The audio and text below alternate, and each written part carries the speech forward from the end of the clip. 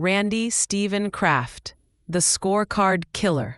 Randy Steven Kraft. The name echoes through the annals of true crime, a chilling reminder of calculated brutality. He was an American serial killer and rapist, a predator who stalked the freeways of Southern California. Kraft earned the grim monikers Scorecard Killer, Southern California Strangler, and Freeway Killer. These names reflect the horrifying nature and scope of his crimes. Between 1972 and 1983, he committed at least 16 documented murders, but the true extent of his depravity may be far greater. Investigators suspect Kraft may be responsible for up to 51 other murders, a number that paints a terrifying picture of a man consumed by darkness. Convicted in 1989, Randy Kraft sits on death row, awaiting a fate he so readily delivered to others. His story is a descent into the abyss of human cruelty. Give a like and subscribe. Leave a comment.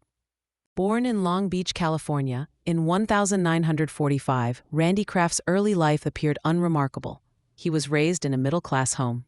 His father worked at Douglas Aircraft Company, providing a stable environment. Yet beneath the surface of normalcy, something sinister was brewing. Kraft was academically gifted, showing an early interest in politics. He possessed an intellect that would later be twisted to serve his dark desires. He graduated from Claremont Men's College with a degree in economics. A seemingly bright future lay ahead, masking the monster within. Briefly, he served in the U.S. Air Force. This short stint in the military would be one of the few instances of conventional service in his life.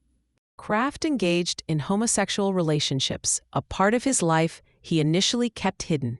This secrecy would become a defining characteristic. He worked as a bartender in a gay bar, a place where he could explore his desires. This environment provided a hunting ground for his later crimes. In 1966, he was arrested for lewd conduct. This early brush with the law foreshadowed the horrors to come. His political views shifted from Republican to Democrat. This change reflects a deeper instability within his psyche. Kraft's victims were young men, typically in their late teens to mid-20s.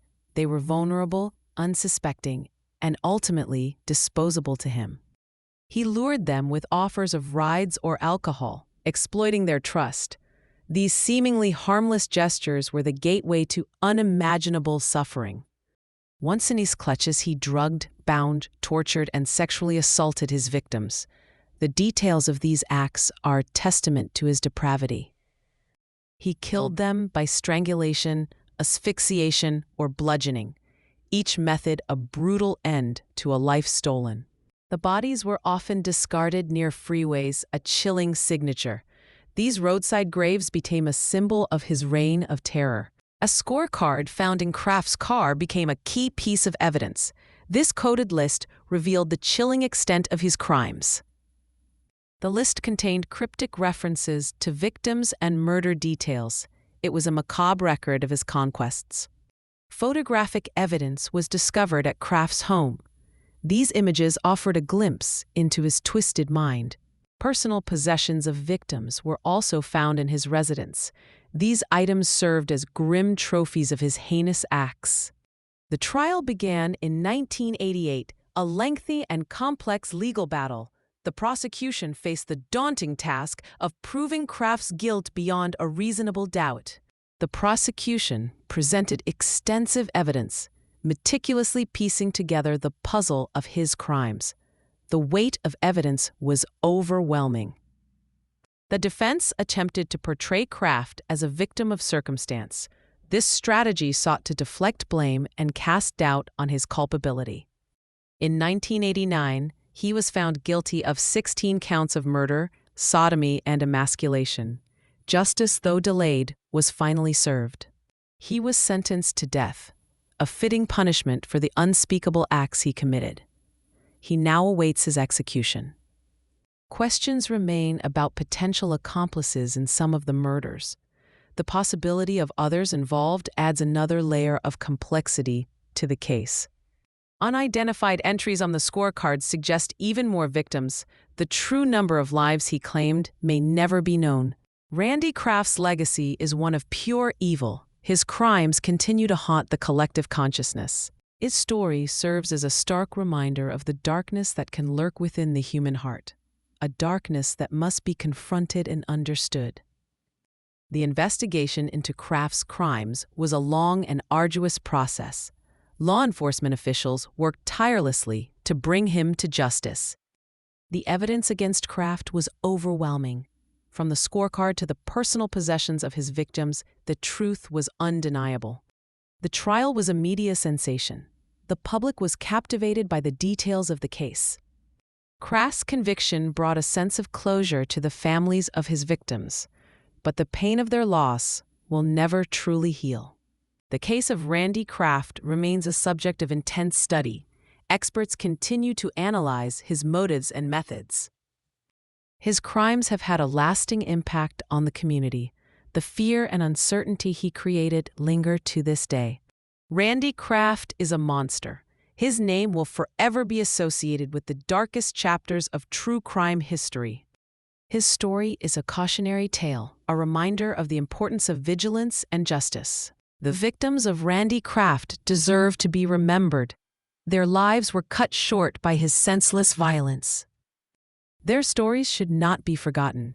They serve as a testament to the resilience of the human spirit. The legacy of Randy Kraft is one of pain and suffering, but it is also a story of courage and determination.